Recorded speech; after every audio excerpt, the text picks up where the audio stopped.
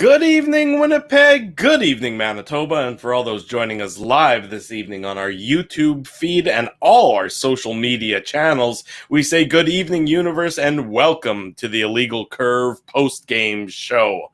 Alongside Ezra Ginsburg, alongside Dave Minuk, I am your host, Drew Mindell, talking about tonight's Jets-Flames game, a 3-2 victory for the Winnipeg Jets. Got a little bit chaotic there at the end. The first 40 minutes were as really sort of straightforward and uneventful as a hockey game usually gets. And then that last 20 minutes certainly was a lot more on the entertaining side. Winnipeg Jets are able to hold on a little bit for dear life, but they are able to hold on and get the clean 2 points, certainly thanks to Milan Lucic and his brain fart that led to the Jets and the eventual game-winning goal by Paul Stastny.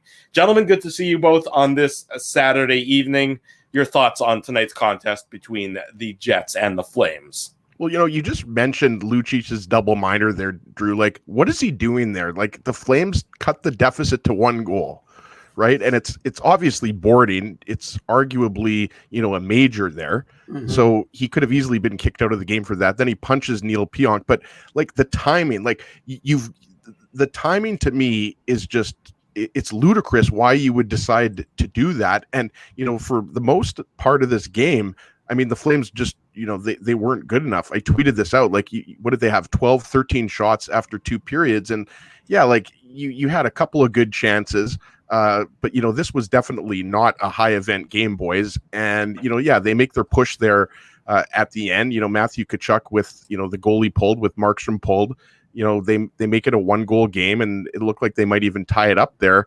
There was a lot of time in the Jet zone there for the Flames, but just overall, like, to me, this was a good, confident team beating a team that's not very good and that isn't very confident. And obviously there were things that happened, in that game. And I actually started to write all the turnovers down in that game because there were so many.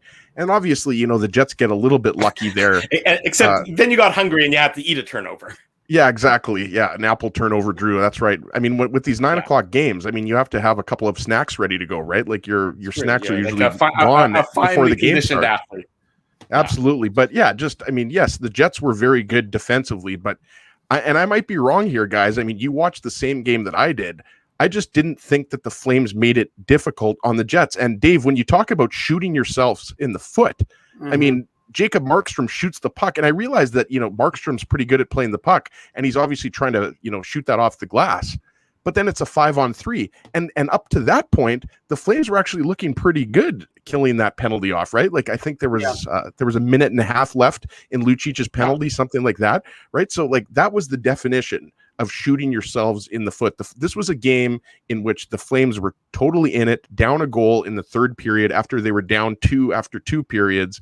And then they just continued to take penalties. And, that's a sign of a team that just isn't very good and it isn't feeling very confident. We know they lost those 2 games to the Senators, and you can say whatever you want about the Senators, but you got to win those games when you're battling for your playoff lives. So, yeah, give the Jets credit. I mean, they stepped on a really bad opponent, but I just thought at times the Flames made it really easy for the Jets. Yeah, I mean, it's hard to argue, but the Jets now have 11-point buffer between them and the Flames. I mean, this game was a critical win for Winnipeg, and we talked about it. Once they started to get things turned around in Vancouver, it was absolutely imperative for them to come in and win this game. And I'm not saying that they don't want to win all of them. Obviously, if they can, they will, and that would be imperative. But it just gives them such a mental boost to really be able to come in and say, listen, we're 3 in a row. We're rolling a little bit. Paul Maurice talked about it, consistency in the lineup. And it was one of the things that Pierre-Luc Dubois spoke about in his availability this morning, that idea of this team doesn't get too high, too low. And they know that there's some things that they need to clean up. They know they didn't play a perfect game by any stretch of the imagination. So they're not going to be crowning themselves champions. And again, these are against, as we know, non-playoff teams right now. Vancouver isn't a playoff team. The Flames aren't a playoff team. So you have to caution yourself when you're patting yourself on the back going, okay, well, you've won 3 games in a row, because these opponents, again, Vancouver hasn't been the best. Calgary, what have they lost now? 4 in a row now? This is their 4th game in a row. So yeah, You've got wounded opponents. Now, at the end of the day, you have to put 2 points in the standings bank. Absolutely critical. You need to get those wins. So they did, and they got regulation wins. Didn't allow it to get to overtime, and it looked like it was going that way because Calgary was putting on the pressure. So for me, again, it's one of those situations where if you're Winnipeg, you are tickled pink right now because even if you're on a split in the last 2 games, you're feeling good about yourselves over the course of this road trip, which started off poorly. And again, regardless of the opponent, you've got the winning record. You're now tied with Toronto for first. You've played one more game, but you're tied with Toronto for first in the North Division. And again, all importantly, you've added points to that standings bank, which have given you that buffer, healthy buffer between the Flames from the Canucks, and that's what you need to do. So if you can do that and you keep on rolling, again, is it perfect? No, but it's important. In that third period, what was going through my head? Sorry, Drew. I was just going to say, what is Daryl Sutter thinking about right now? Right, like we talked about, like Lucic taking that double minor, and then Jacob Markstrom shooting the puck over the glass, obviously unintentionally, putting them down a couple of men. But just the way that they played in that game, like again, a lot of similarities to the Vancouver Canucks. Like, yes, the Canucks are dealing with a lot of injuries. We talked about that the last couple of post games. Everybody knows, Pettersson's out of the lineup, Pearson, Sutter, and others. But like, this is a guy who's won multiple Stanley Cups. This is a guy who, took the Calgary Flames to the Stanley Cup final in 2004. They obviously, didn't win. Dave and I made that drive down to Calgary. Like, what's going through that? He technically did win the phantom goal, Marty Jelena. Well, and Marty Jelena is on the bench as well, right? Like, he's looking over to Marty Jelena, an assistant coach with the Flames, and he's thinking like he must be thinking like, what am I supposed to do with this team? And like, you look at the players and like Matthew Tkachuk, Johnny Gaudreau, Elias Lindholm. Like, I really like Andrew Mangiapane. I thought he was one of the better forwards. If you guys remember, he pickpocketed Dylan DeMello. I think that was in the second period. He didn't even get a shot on net, but like, they've got some talent there. Like, I don't think the Flames are going to make the playoffs this year. Like, they'd have to go on a crazy run at this point. But like, this isn't, like, they aren't as bad as their record indicates, in my opinion. And we saw that in the third period. Like, they had the push there. They have the talent, to win hockey games. I think that they just made it really difficult on themselves with all these penalties. And yeah, give the Jets a lot of credit. I mean, the Jets were good on the power play. The penalties are one thing, and the Flames the Jets took penalties too. So the Flames had opportunity on their power play that they didn't connect on until the Flames did not have a shot on goal during their first 2 power plays. That's not a. They did not have one shot on goal, which is ironic. Is that good? Is that a good stat? Eye test or analytics says that's a bad stat. I think they were just garbaged through the first 2 periods. Well, I just flat out didn't think they were good. All their shots were from outside. They were not high danger opportunities by any stretch. I mean, what did they end up with? Five high danger chances in the game? 5 high danger chances, and I mean, I have to look back. I'd have to look closer, but I would suspect most of those high danger chances came in the third period. Because to your point, I mean, yes, they outcoursied the Jets, but this is going to be one of those games where Paul Maurice, who's we remember when we've had there's been the back and forth about analytics and the Jets analytics internally versus the externally available ones. This was a game where the Flames were just shooting from everywhere, especially the outside through the first 2 periods, and the shots just weren't. There was no purpose to them. Well, the Jets will let them have that. Let him take that. Of course, against Connor Hellebuyck, no doubt. And so it was just. That Flames team should be better, and they should be able to get to high danger zones. You look at the offensive talent that's on. What's wrong with Drew with Johnny Gaudreau and Sean Monahan? Like, I think something is wrong with these guys. Like, I don't know, health wise or attitude wise. I don't think there's anything wrong with them health wise, but just the way that they're like. Sean Monahan had. What did he have? 35 goals, 80 points a couple years ago. Like, Johnny Gaudreau had a 99-point season. What was that, 3 years? Like, these are, top 20 forwards in the NHL, or at least they were a couple of years ago. And you're watching these guys and you're just thinking, like, where's the energy to your game? Like, I thought Matthew Tkachuk was really good. I mentioned like Mangiapane. And obviously, the talent falls off a little bit. They definitely don't have the same type of depth in their bottom 6, right? And give the Jets all types of credit, right? Like, I really liked Dubois' line. Like, I thought they were solid. And the Jets weren't excellent. It's not like, they were, head and shoulders better than the Flames. I thought the fourth line had some good shifts, more earlier in the game. Just, I agree, Drew. Like, Mark Giordano, this guy won the Norris a couple of years ago, and like Noah Hannafin and Chris Tanev, that's your top pair there. And we talked about Hannafin, rang one off the crossbar, but there was a terrible giveaway that led to a Kyle Connor breakaway. If you guys remember, Hannafin was trying to get the puck, on the blue line to Chris Tanev. The one that he didn't score on. And that's what I'm saying. Connor had his 2 breakaways. The one he scored on was in the second period, of course, and then this one that you're talking about, Ezzy. Yeah, the Flames. Well, had if you want me to go into that Jets. one, I'm a PVR guy. I'm obviously rewinding live TV. Like, was that not the worst line change you've ever seen? It was Poolman. Tucker Poolman played well. He's not known for his outlet passes. He didn't his first point in 20 games. Yeah, True, there was nobody on the ice. I know, that's my point. He didn't have to feather that one through a lot of sticks to get it onto Kyle Connor. Like you said, it was a terrible line change, and he walked in. And look, Markstrom, if you're Jacob Markstrom, you have to be sitting here saying, I made the save on Kyle Connor there. I made a big save on one of the elite goal scorers in this league, and still he's able to get his own rebound and deposit it past me. Like, where's the help from his teammates? That Calgary, something is rotten with that Flames team that I don't think Daryl Sutter is going to be the panacea that solves all their problems. I think there's something culturally wrong, and that's why I expect, let's assume, and we're getting ahead of ourselves, and we'll talk more about this, of course, tomorrow morning on the Illegal Curve Hockey Show, 9 a.m. But you assume, and Haley Salvian, who covers the Flames for The Athletic, is going to join us, so we can ask her about this. You have to assume that if the Flames season continues to go off the rails, and given that, Dave, like you said, they're now 11 points behind the Winnipeg Jets, you have to assume that if their season continues to go off the rails, big changes afoot personnel-wise, because they can't fire any more coaches. I'm pretty sure Brad Treliving has hired 88 coaches in his tenure as GM in Calgary. Well, and not only that, they gave Sutter a multi-year contract, right? That's right. Yeah. It's again, you can fire him, and but they're not going to. Obviously, you're going to have to start making personnel changes. One quick aside, Drew, I thought it was funny. I didn't want to start ripping on the NHL account, but they said when Kyle Connor scored his goal, they go, "Boy, he's becoming a really good goal scorer." I thought to myself, where have you been? I'm like, this guy would have been a 40-goal scorer. He's been a 30-goal scorer pretty much every year he's been in the NHL full time. He's scored like 25 goals out of 50 or 28 goals in 50 something AHL games, and he scored 35 goals in 38 games in college. I think he's been a good goal scorer for a while. It's kind of one of those things that you see and you think to yourself, I understand why when these guys go to these markets and they're like, Kyle Connor is really good. Nicola, I'm thinking to myself, like, where have you been? How have you not seen these guys? Kyle Connor's been like one of the best goal scorers since he's been in the NHL. It's just like Jansen Harkins, Dave, just like Logan Stanley, you were ahead of everybody because if you remember, Dave was tracking Kyle Connor's goals in Michigan when he had the record, right?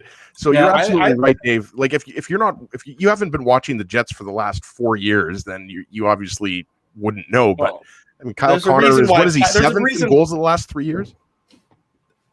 There's a reason why Patrick Laine was expendable, guys, and that's because Kyle Connor's on a long-term deal here, and he's an elite goal scorer in the NHL. But I do have to enjoy Dave choking on his rage a little bit. That you don't usually see Dave Minuk getting all fired up like that. So I did enjoy seeing Dave get a little bit of the fire in his belly there, and it's not just because it's Passover and he hasn't been able to, and he hasn't had things being cycling through.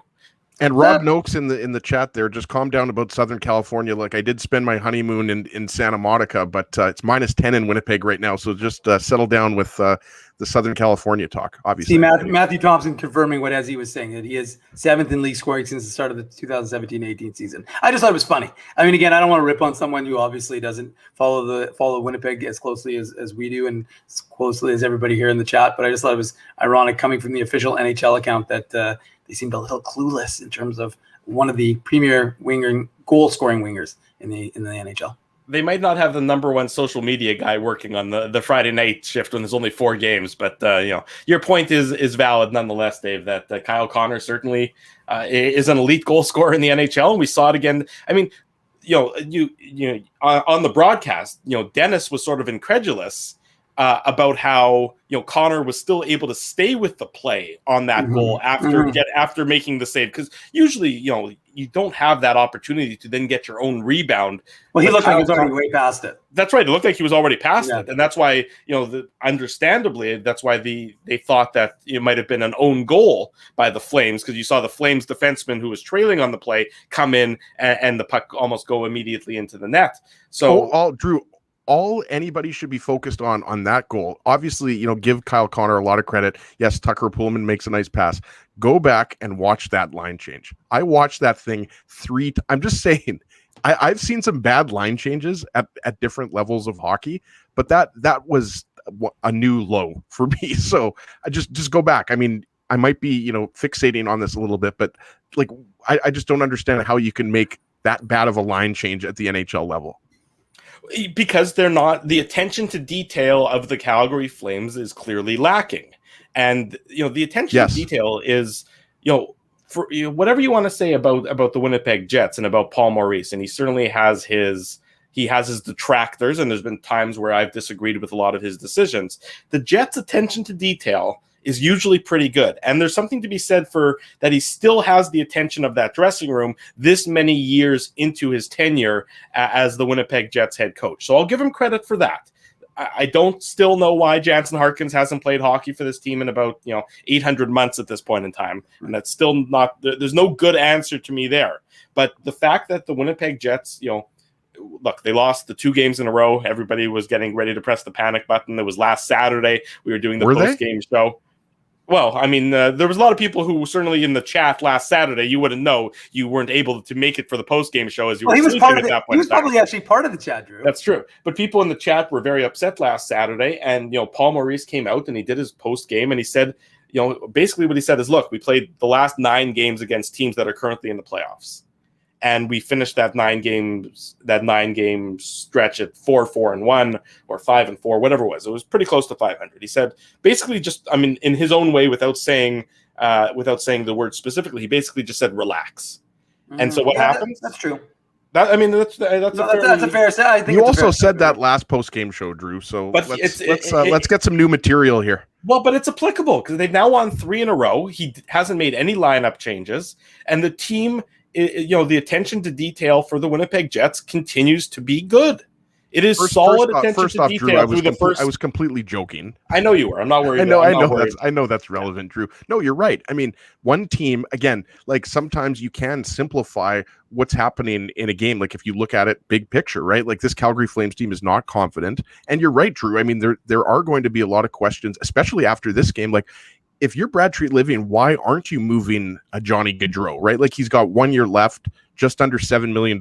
Like, does anybody think this Flames team is going to turn it around, in the next year or two? Like, I think they're in a very similar situation to like where Ottawa was at, 2 or 3 years ago. And obviously Ottawa is still rebuilding, but I think Calgary is definitely going to have to consider, moving some of these players. Like, aside from Matthew, how many players are untouchable on the Flames? Kachuk, you would say, is untouchable. They're not going to obviously move Jacob Markstrom. They just acquired him, right? Yeah. But aside from that, why wouldn't you consider moving Sean Monahan? I really like Lindholm's contract, so I wouldn't move Lindholm. But aside from that, I really do think you have to look at this team and consider moving almost everybody. I would agree with you, and like I said, we'll talk more certainly about the Flames tomorrow. But if you're right, Ezzy, I mean, if I'm first of all, I'm not sure that Brad Treliving should be the guy who gets to see the Flames through the rebuild, given the number of mistakes or coaching changes that that he's made in his tenure. But that to the side, I mean, I think if you're the Flames, you have to build around Markstrom, Kachuk, and Lindholm, and you probably have to trade Monahan and Gaudreau at this point in time because whatever it is, for whatever reason, things aren't working well in Calgary. You come back. Forget the push in the third period for the Flames. You come off the losses to Ottawa. Bad enough that you've lost to Ottawa, but you've come off those losses to Ottawa, and there's really no push from them in the first 40 minutes to speak of. There's not a lot of energy to their game. There's not a lot of excitement to the game. The Jets get, they get the early power play goal from Wheeler, and sure, that's a bit of a puck luck bounce, but you could say that the the goal that the Flames got off of Maurice's skate is also a puck luck bounce in their favor. And then it's 2-0 on the Connor one. And then, like, when Lucic, that's a selfish play Lucic has hit on Appleton. And we'll know, I guess. I don't know how, by the way, I don't know how it wasn't 5 minutes. It was. We'll see if there's supplemental discipline from the NHL. Sure, I think but I mean, to me, you've got to, again, I understand the whole ref has to be cognizant of the game and how close it is, but I'm thinking to myself, the guy is in a vulnerable position. He hits him in the numbers right into the boards. And it wasn't one of those instances where Appleton turns right at the last minute or anything. No, he was stationary basically, and I was watching just steamrolled. Yeah, and I was completely pointless and stupid. Yeah. You're 100% right, Dave and Drew. Like there was just no need to do it, and it was the timing. Like, and the thing is, Lucic is a veteran player. Like he's been around enough. Like, I guess he hasn't been around enough because he's still doing the stupid stuff, in his mid-30s. But he really made it hard for the Flames to come back there when you've got that 4-minute minor. And we talked about it. Like, if Lucic doesn't take that penalty, there's a good chance that game goes into overtime. Right. So just really stupid, bad line changes, turnovers. And again, like, sometimes you just have to say, like, this team isn't very good this year. Right. Like, I don't know. Again, I do think, they could easily have a few more wins on the season, but just watching this team and the way they've played for the majority of the year, like, there's nothing that I'm seeing that would make me think that they're going to go on an extended winning streak and maybe, sneak into a playoff spot, because they also don't have the games in hand, right? Like, Montreal's been off. So I think Montreal has 4 games in hand on Calgary. So they're pretty much done. I would agree with your comment there. Let's go to Winnipeg Jets head coach Paul Maurice, his thoughts on tonight's contest.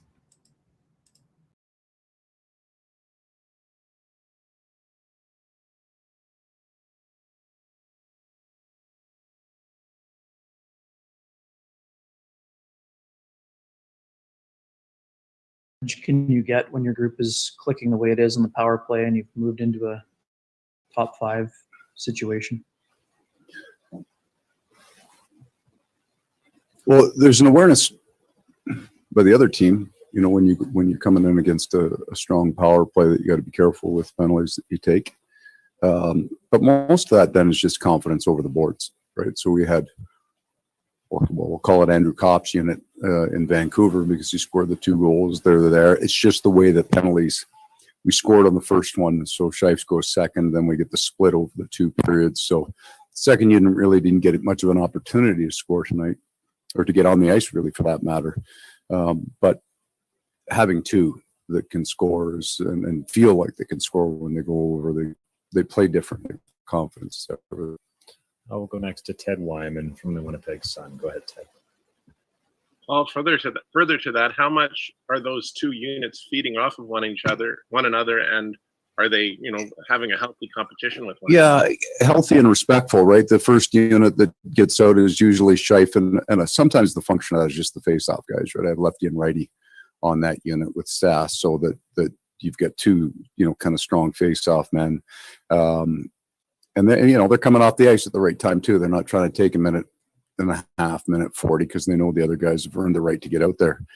But each have an identity, and the second unit's identity is more shot focused, which makes them almost better coming off second, right? They'll come out of it in shorter time. How many pucks can we get to the net? Nicky likes to shoot the puck there.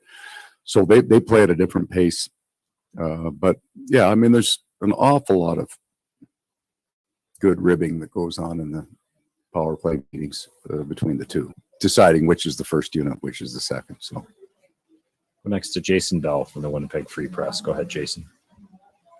Oh, you talk about a power play. What about the PK at the end there, and the benefit of a veteran foursome there to be able to kill right.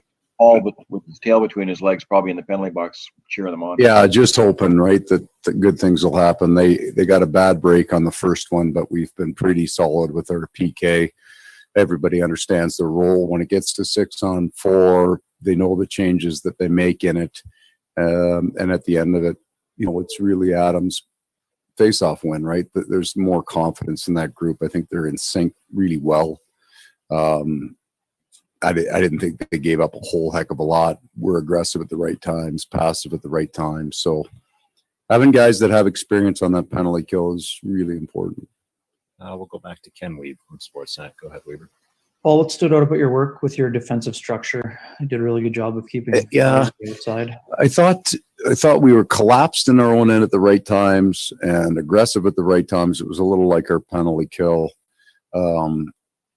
Really competitive in some puck battles within 10 feet of the net. Did a real good job with that. I think our forwards, for the most part, did a nice job of not leaving our D alone. So there were some clean outlets, and then we did stretch at the right time too, you know, and we ended up with a goal because of it. But our forwards and our D are working well together in terms of their spacing in our end. We'll go next to Murat Atesh from The Athletic. Go ahead, Murat. Thanks, Gregor. Hi, Paul. I'm just wondering, I've always kind of wondered, is there a general rule for when to front a guy in front of the net, when to play behind him, how you approach that? I think the first thing that you look at is the kind of shot that's coming. So if it's a one-timer, you're going to sit in behind and you're looking to pick up sticks, and the goalie's got to stop that. But if you can get pressure on the point and force a wrist shot, something with less heat on it, you're going to step out in front of that. We like forward motion on that step out. So it's not stand and block that shot. It's push into the shot so that anything that comes off you comes forward and that you have the motion as opposed to the guy that might be. You're taking a risk when you do that. The puck cannot get by you, right? Because you're very probably leaving the offensive player in behind you on the step out. So if you're making that decision, you need the forward to have pushed that you can have read that it's a wrister or something that you're going to be able to handle. And then you've got to have that puck right there. So there's a bit of a risk to that play. If it's going side to side and your forward's not in the angle and the D's stepping into it, we're expecting you to stay as close to your tender as you can, just in case, you know, on a something that's a heater. He'll stop it, but he may not be able to control it. We want that inside layer then on those. We'll go next to Sean Reynolds from Sportsnet. Go ahead, Sean. Thanks, Gregor. Hey, Paul. Blake touched on this earlier, and you touched on it a little bit there, but him talking about how your team is playing really solidly as a five-man unit, and how the ability to do that and to stay together really erases the mistakes that are made, because whenever you make a mistake, there's four guys there to kind of cover up that mistake. I'm just interested in where you think your team is at in playing like that and the confidence that it creates in the players when you are playing like that. I think, you know, there's two or three, you know, maybe inflection points, and they both happen to be actually Toronto games. I think we started after our first loss in Toronto. We got much better at it. That's a long time ago.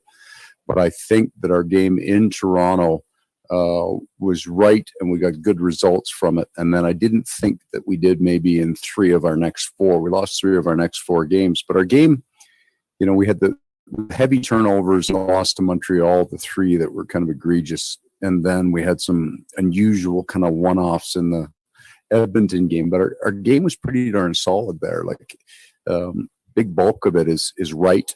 And I think they're just kind of building on it. So you're seeing, you know, the kind of the advantages of a team that's going out and their first priority isn't necessarily scoring goals. Or mine. I mean, that's the kind of players that we have, right? We have some offense here. Going out to the right thing and to win hockey games. And if that means better defense than offense, then that's the game we're going to try to play. So I think they have their minds right about, and I think, again, I've alluded to this, it's maturity, right? We're here to win hockey games, not score goals. But when you're real young, that's how you kind of break into the league. You want to be that offensive style player. And now we've got more guys competing defensively, even if they came into the league as offensive players. And final question to Ted Wyman from the Sun. Go ahead, Ted. Well, just to follow up on that, if you look at the last three games, is that sort of how you draw it up as a coach with the good goaltending? You obviously have had very good defense these last few games, and you've got that, you know, really powerful scoring up front. Yeah, that's the template, right? You would, when they get the puck, you want to be a real good defensive team. You hope that you have the puck more than they do, but there are nights against, you know, really good offensive teams that can control the puck, like Toronto. You just have to be a really good defensive team and make the most of your offense. And then there's some nights maybe you feel you have the offensive advantage and you'd like to make plays, but you want to be able to kind of seamlessly bounce back and forth between those two and not try to impose your offensive game necessarily on teams and lose the defensive part of your game, right? You don't want to be just one kind of team. So you want to be able to, if the other team's got a goal on that night and they're feeling it and they're snapping it around, that you can weather that game, that you can go in and play well enough defensively and be patient with it. And then there's nights where you can impose your will a little bit and you want to make sure you've got, the confidence to put the pedal down. We've been in, we went 9 straight games against teams in playoff positions, and 7 of them were on the road, came out 500. But I thought our game after game 2 in Toronto was pretty darn good in the last 5 games. We played pretty well and then kind of just continued on in the last 3. Thanks very much, Coach. You guys.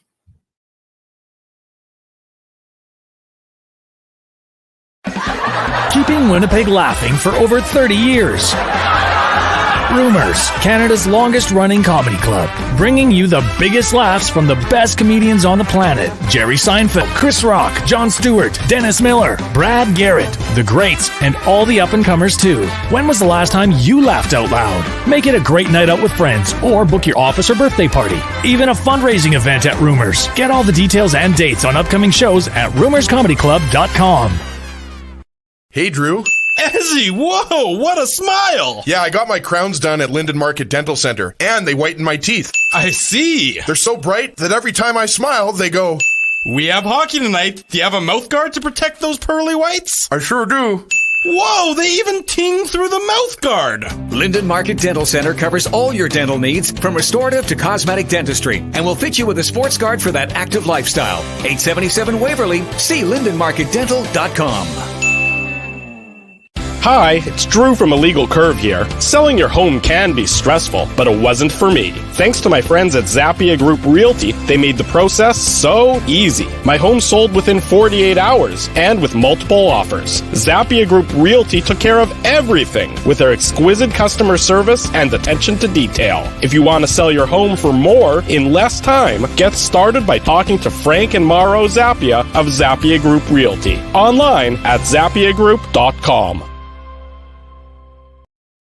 While you can't always count on your team winning, nor your favorite player scoring, one thing you can always count on is Bernstein's Deli. They've expanded their services because the team at Bernstein's Deli wants to accommodate your needs and keep you safe. Open Tuesday to Saturday from 9 a.m. to 6 p.m. to serve you. Head to your phone, in-store or online to shop for groceries or order meals from the restaurant, like the legendary Illegal Curve sandwich. Just go to bernsteinsdeli.com. So you're a pizza person, you married a wing person, but somehow your kids are salad people. You can't pick your fam, but you can pick your BP meal deal, starting from $18.99 for takeout or delivery at bostonpizza.com. Welcome back to the Illegal Curve post-game show. Drew Mandel, Dave Minuk, Ezra Ginsburg with you. That was Jets head coach Paul Maurice. Want to give a shout-out to our sponsors. They help make this show possible. They help make the post-game show possible. They help make the Saturday's Illegal Curve hockey show possible. Rumors Restaurant and Comedy Club, Linden Market Dental Center, Bernstein's Deli, Zappia Group Realty, and our friends at Boston Pizza. Thanks to them, and thanks to so many of you for joining us this morning now in the chat. Great to see such an active we want to see all of the Jets. We want to see all these same people tomorrow morning in about 9 hours. Yes, of course. In 9 Dave, hours. was that a yawn that I just heard? No, I was like, come on, Drew, let's go, speed it up. It's time for Ezzy and I to drop some knowledge here. I mean, we've got some analysis to get into. We just watched the commercials. We don't need another commercial, Fair enough. Before I let you guys give some final thoughts on tonight, a couple quotes coming out of the Calgary Flames dressing room. This from Darren Haynes, who covers the Flames for The Athletic, if I'm not mistaken. This from Flames head coach, Canadian Press. Sorry, Daryl Sutter. Quote, "We had some real dopey hockey players in the first period. It cost us the hockey game." That from Flames head coach Daryl Sutter. Both Daryl Sutter and Milan Lucic expressed displeasure with the extra 2-minute roughing call that he got on the hit on Appleton, complaining that he got cross-checked by Neil Pionk earlier and it didn't result in anything. So a little bit of complaining coming from the Flames dressing room, complaining about the officiating, and Daryl Sutter complaining about his team and especially their performance in the first period. Go ahead, Dave.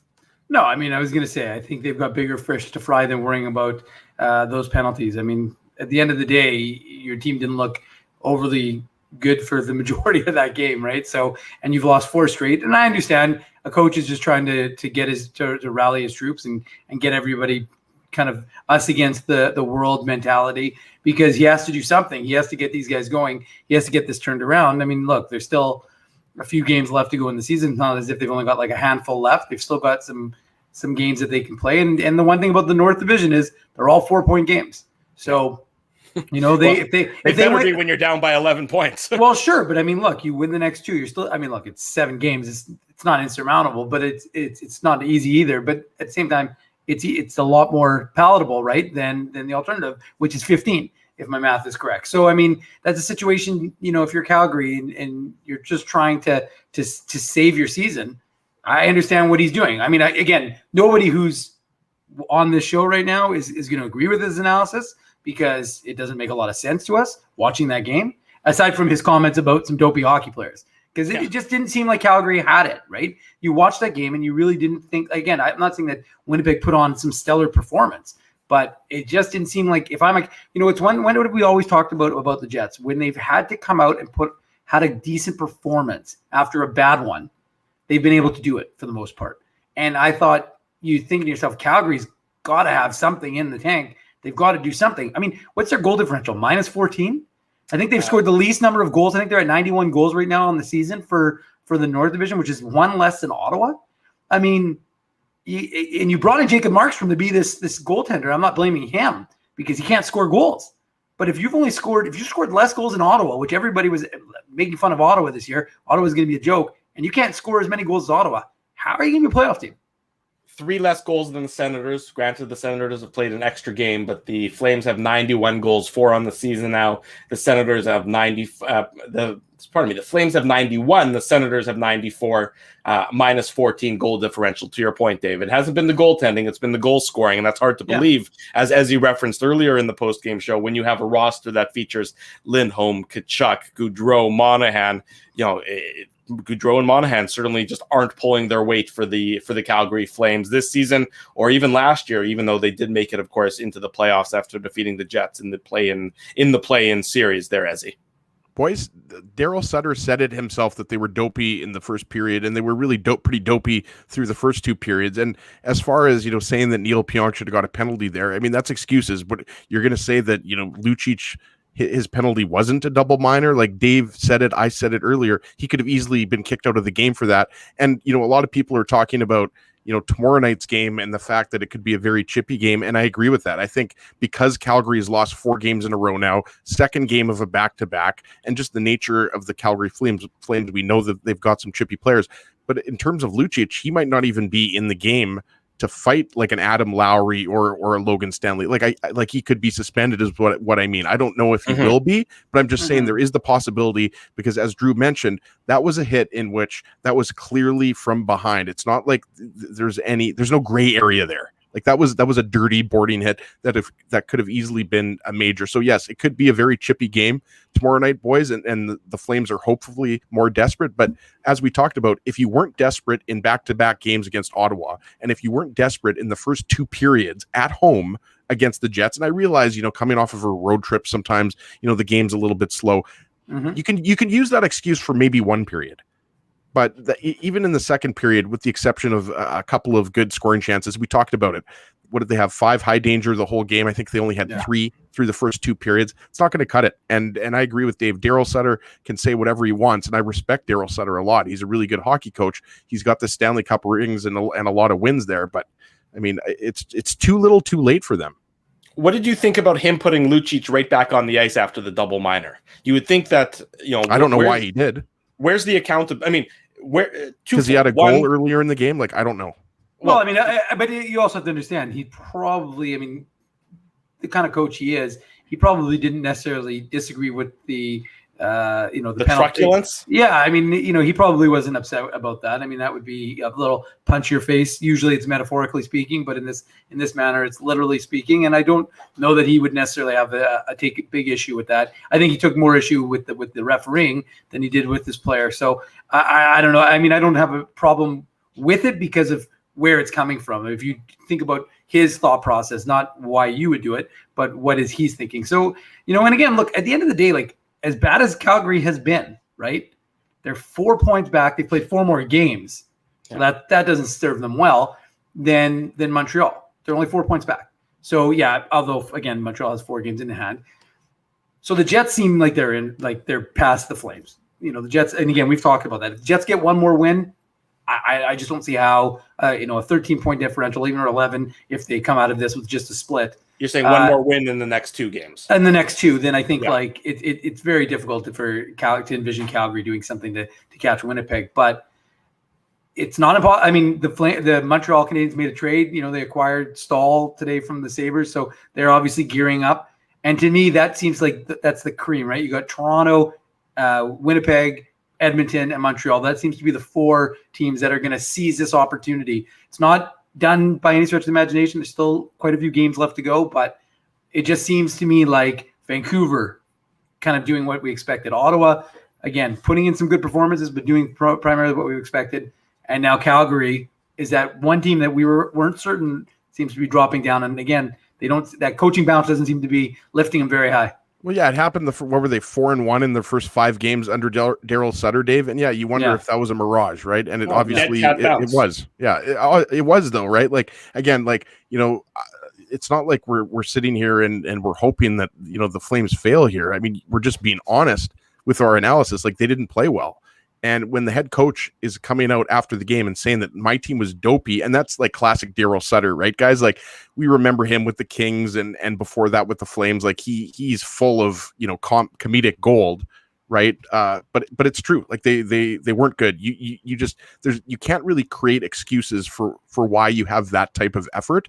And yes, I mean the Jets were smothering them. The Jets played a really structured game. They had 5 forwards back. We talked about it. They were keeping a lot of things to the outside. Like Forbert and Pionk had another one of those classic games. I thought Morrissey and Pullman were really solid. And overall the Lowry line, like we talked about Dubois, Connor, Ehlers, like that wasn't one of their best offensive games. Like obviously, Connor picks up the assist there picked up the goal there, but like it really wasn't a game in which you could say that one team was clearly better than the other team. It was just one of those games where Calgary, when they finally had a chance in the game, when they made it a 1-goal game with Lucic's goal.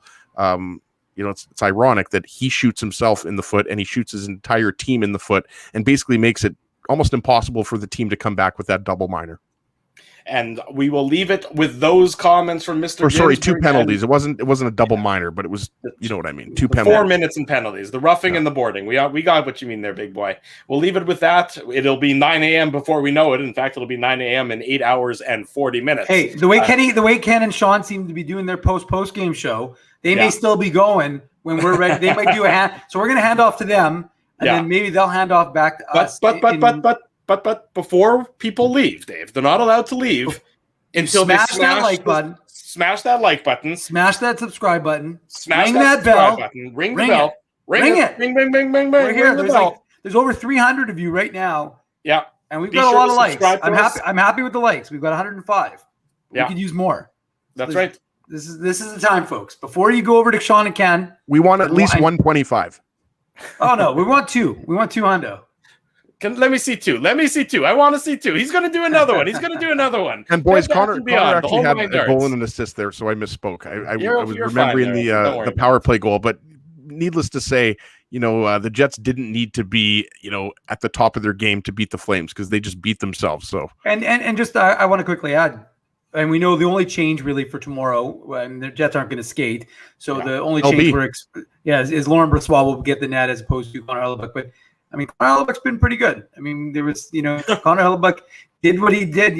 He's come in and he's kind of smooth sailings lately. And again, that's what 3 goals in 3 games, Dave. That's pretty damn good. Yeah. So that's what I mean. And really could have had a shutout in the last one, right? So to me, it's exactly what you want to see as your team kind of gets that roll together and starts to maybe put together Again, it's funny, right? The road trip started off inauspiciously with those 2 losses, and now you've put together 3 wins, and we'll see what they can do in these final 2. But you've got Connor Hellebuyck playing like Connor Hellebuyck. Lauren Brossoit has been excellent as a backup, and the Jets seem to be getting performances from everybody across the line. So it'll again, you're playing lesser competition. They wouldn't say that, but it's the truth right now in terms of the standings. And we'll see if they can keep this rolling tomorrow night in Calgary and then finish it off on Monday. And for Goon, if we do hit 200, I will bring out the robe. Yeah, nobody wants to see Ezzy wearing a robe. But do you have a staff? I don't have a staff, but I'll find one. Don't you have Evander Kane's stick still? Ezzy, didn't we pick up like some sticks? And Evander's Kane is now Mikey McMike face. There is no more Evander's Kane. So. For the record, Ezzy did have Evander's Kane given to him by Mikey McMike face. But if I recall correctly, I think he left it at. Where did you leave it? You left it at like was it the Ukrainian pavilion? It was the Pemby, I think. Oh, maybe it was at. I think it was at an illegal curve event or something like that. And then like Evander's Kane was all happy to give. Evander's Kane, who was Mikey McMike face, gave Ezzy the. How can you tell it's 12:30 and we don't know what we're talking about at this point? It's pretty evident to everybody. Let's end it on that note. Reminder, everyone, 9 a.m. tomorrow. That's 8 hours and 38 minutes from now. The Illegal Curve Hockey Show will be live here on our YouTube channel. Be sure to hit that subscribe button. Be sure to hit that reminder button. That way you won't miss a minute of anything. And of course, tomorrow night, after tomorrow night's game, we're back at it again with the post-game show. It's going to be a busy 24 hours, and you guys will certainly be sick of us in no time flat. But we appreciate you all joining us this morning now here on the Illegal Curve Hockey Show. We do it to for Marshall and SoCal, baby, SoCal. Hey, there you go. As he stops singing, just as long as you don't start singing or anything, we'll be fine.